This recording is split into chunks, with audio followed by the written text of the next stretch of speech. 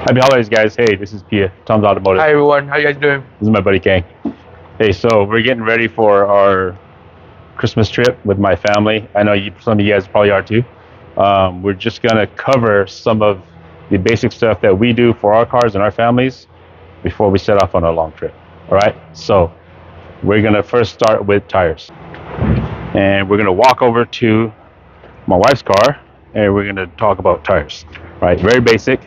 We're gonna look at the tread. Get the tires turned out right here, so we can look at inside and outside of the tread. We're gonna look at the inflation, right? Get yourself a tire pressure gauge. If you don't have one, go to O'Reilly's or AutoZone and check the tire pressure. If you don't know what the tire pressure is, you can find out on the door here. It's easy on every car. It's either going to be this door or the back one, and it's going to be right here. So this will tell you what your tire pressure should be at for the tires and the spare. And if you don't have your tires properly inflated, you're not going to have the best steering, braking, and you're probably going to suffer in gas mileage. Another thing is check your spare. Make sure your spare is in good condition. If you're not very confident with the spare, I recommend one of these things. We don't actually like these as mechanics because if you put them in, let us know, and once you're done with your trip, get it out of the tire because it can ruin the rim. But these things have saved me so many times on a camping trip where we weren't able to jack the car up, or if you just don't have the strength and know-how, this can get you out of a bad situation in a pinch. They're easy to use. So from there, we're going to go to the underhood and we're going to check the oil. Real easy to do. Locate the dipstick. On this car, it's a Honda V6. The dipstick's right here. We're going to pull it, wipe the oil, and we're going to look at this dipstick. So from here to here is about a quart of oil. If you're down in here, you can put a quart and you'll be fine. If you're not registering on the dipstick, you pull out and there's no oil on here, you got at least a quart and a half to put in, right?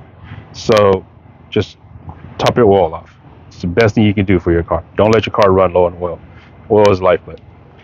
The second thing we're going to cover is the coolant. Now, every car has a coolant reservoir.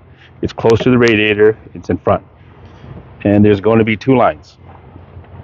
One's going to be at the top and one's going to be at the bottom. So you're going to see a minimum and a maximum line. And this one's kind of closer to the bottom, which don't freak out if it's at the minimum line. The coolant system is set up to where it will adjust. It'll adjust between that minimum and maximum as you drive, depending on the weather and conditions. Now, if it's at the minimum and you want to put some coolant in it or whatever, if you don't have coolant, you can top it up with a little bit of water.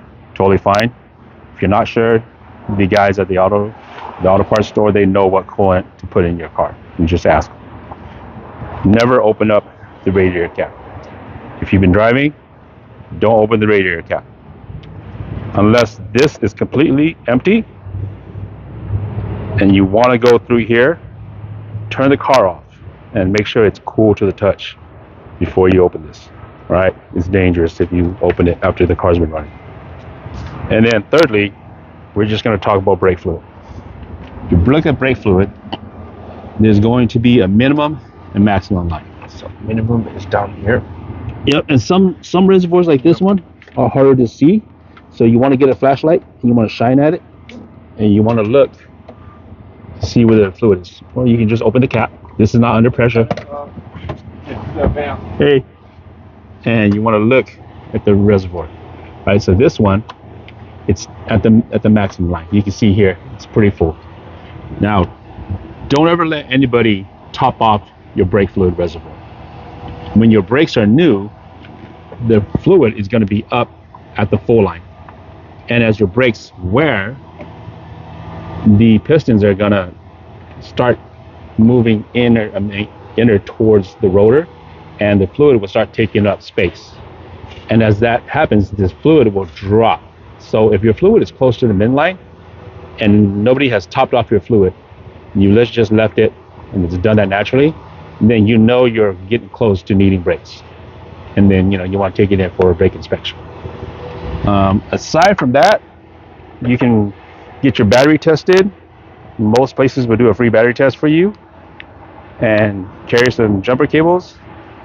And I would say you guys are ready to go. And this is stuff that we always do for our own cars and our families. All right, just want to share that with you guys. Hey, Christmas to all. Merry Christmas, Happy New Year's, everybody. Yep, have a safe trip. And you guys need any help, give us a call here. Tom's Automotive, downtown Sacramento. Thanks.